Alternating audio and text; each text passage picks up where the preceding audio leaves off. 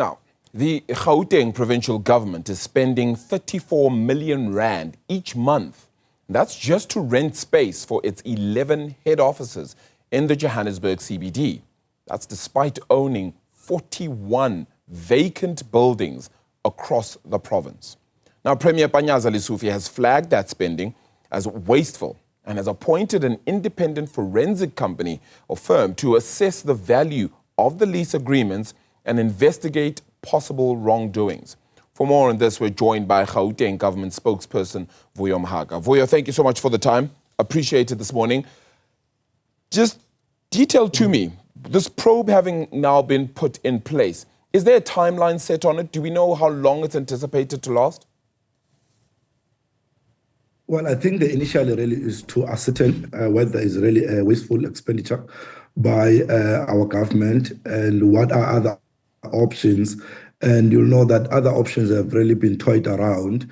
Part of it is obviously to go through the public-private partnership, which we think is a very viable option to really bring back some of the government buildings that are dilapidated, and some of them obviously are outside the occupational health certificate, safety standards that are there to safeguard the employees. So that combination will obviously be looked at. So we don't really anticipate to be quite long, but obviously the nature of investigations are such that we don't want to be the ones that appoint people and then put pressure on them to basically do the work. Ultimately, when the work is done, we're able to really get a proper guidance of what needs to be done. Yeah. What took the Premier's office around 2.5 years in order to find this out and begin investigating it? Why did it take so long to only find this out now? No, there's not been. I think you'll know about the project called the Kopanong Precinct, which is really government precinct that we want to build in Johannesburg CBD. This is really part of revitalizing the CBD. As you know, that a lot of private sector will have left, the CBD to other areas like Rosebank and Sentin. And there was a conscious decision by the provincial government that let's remain in Joburg so that it does not necessarily become a ghost town. And of course, some of the buildings that we might have purchased will have been quite longer, and therefore there's a heritage, rules. You cannot just change as and when you like them. There are particular rules, and that will obviously cost government quite a lot of money to basically do that. So in terms of the immediate was then, let's say, let's go and do the lease agreement around that particular aspect. What really is a question is that is 34 million per month justifiable or not? And that's really what we would want to be assisted by those who must basically do the investigation. So is that to say that the Gauteng government knew for the last 2.5 months, 2.5 years at least, that this was the case, that you were spending over 30 million in lease when you own at least 40 buildings in the province? No, remember, in terms of the CBD, so you've got about 41 buildings across Gauteng, I think about 29 of them or so in the city of Tshwane, then you've got about 12 in the CBD of Johannesburg. And as and when we basically move, then you'll find some of other buildings basically being condemned. And obviously, logically, the workers will then feel that we can't work in this particular environment because they are not, safe in terms of the OHS and all that. And you cannot insist when you know that the building is basically condemned. Then you then seek to have some a release measure, temporary release measure in a form of lease, while you then find a way to respond to maintain the other buildings. But you do know, between me and you, that the country has really been going through some financial issues, and the Gauteng departments have obviously been dealing with that. So the issue of the budget of maintenance have also been basically being affected by that. That's what I'm saying. That cost benefit analysis must then be made as revamping all the buildings, and also as basically doing the lease. And if through that process, is there any wrongdoing within those balacracks, I think we'll be able to come and get some resolution. Vuyo, I'm sure you'll admit then, for a building to become condemned means that over a systemic number of years, you've had to neglect it and not actually keep it up then. So what does that say then about the member of the executive committee, the MEC then for Public Works, Roads and Transport in the Gauteng province, that's Jacob Mamabolo? What does it say about his job? And are there any outcomes of the meeting that has happened between the two, between the Premier Panyaza Lesufi as well as the MEC Jacob Mamabolo?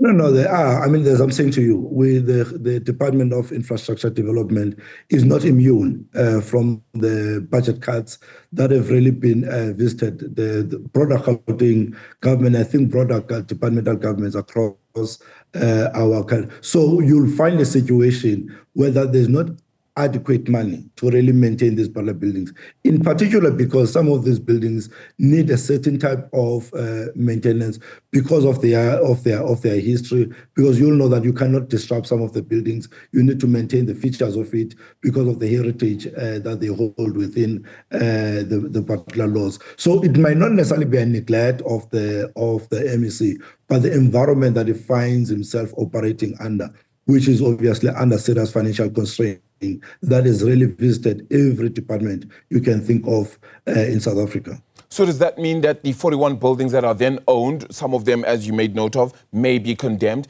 those need to be refurbished, when even from the onset you've just said there is no money to do that anyway? So how does this actually change? No, what we'll then do, we'll go through, that's what I'm saying, part of the issue that we'll really visit is around the public-private partnership. We have actually shown that we can be able to deal with that. Bring in the private sector money and make sure that you partner with government and build it up. And this is the appetite, I think, that government generally across the country has started to show. And I think the president himself said that let's look at those possibilities of the public-private partnership. How do we basically move around it? Some of the buildings you might obviously say, let's use them for mixed use, either for low-cost housing or student accommodation. Others, let's basically let them go as form of really rebuilding the CBDs within our province, obviously recoup a bit of money within it. So does that mean there's a great potential for the cancellation of a lot of these leases and the moving back into these condemned buildings? Or will these leases then remain and ultimately the buildings that are then owned will hopefully and possibly go into these public-private partnerships, which will mean that they repurpose it, they own it and are used for private use? Well, the nature of the leases obviously are not necessarily long-term lease.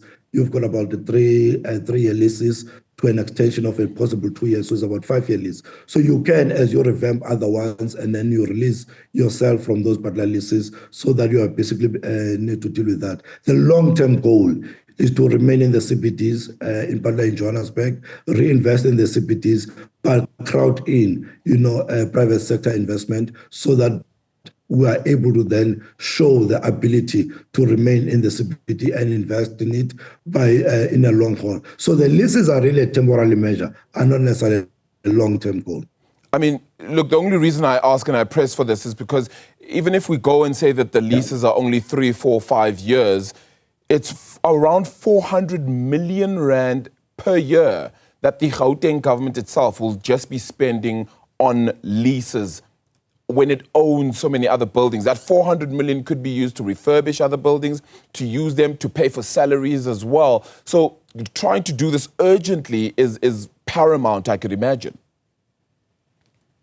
It is paramount. That's what I'm saying. A cost balance analysis must be done between the maintenance and obviously between the lease and what are the timeframes that we can basically necessarily need to move into. So I don't think if you have then to say, if we do the maintenance, this is how much it will therefore cost. What then do you do in the interim? So as you maintain, bring in the private sector to basically assist you. As you conclude the partner building, then you then move. You don't renew other leases and then you bring other people on board. But you can't do both using the same fiscal money. It's just simply not there.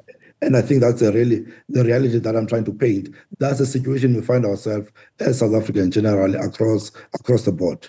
All right, Vuyo, it does sound like we're then moving the buck or passing the buck a little bit to the private sector with regards to this, because we're saying that they then would ultimately come on board, help government in this regard, and they would then take things over. So government not necessarily doing its part, but moving its part to somebody else. Look, we appreciate the time. We certainly hope we can find a little bit more with this, with regards to the investigation as and when it comes forward as well. And we hope to have you back on and perhaps a little bit more with regards to this one. Vuyo Mhaga is the Gauteng Government spokesperson then, as we just unpack a little bit more of Gauteng paying 34 million rand per month in monthly office rental.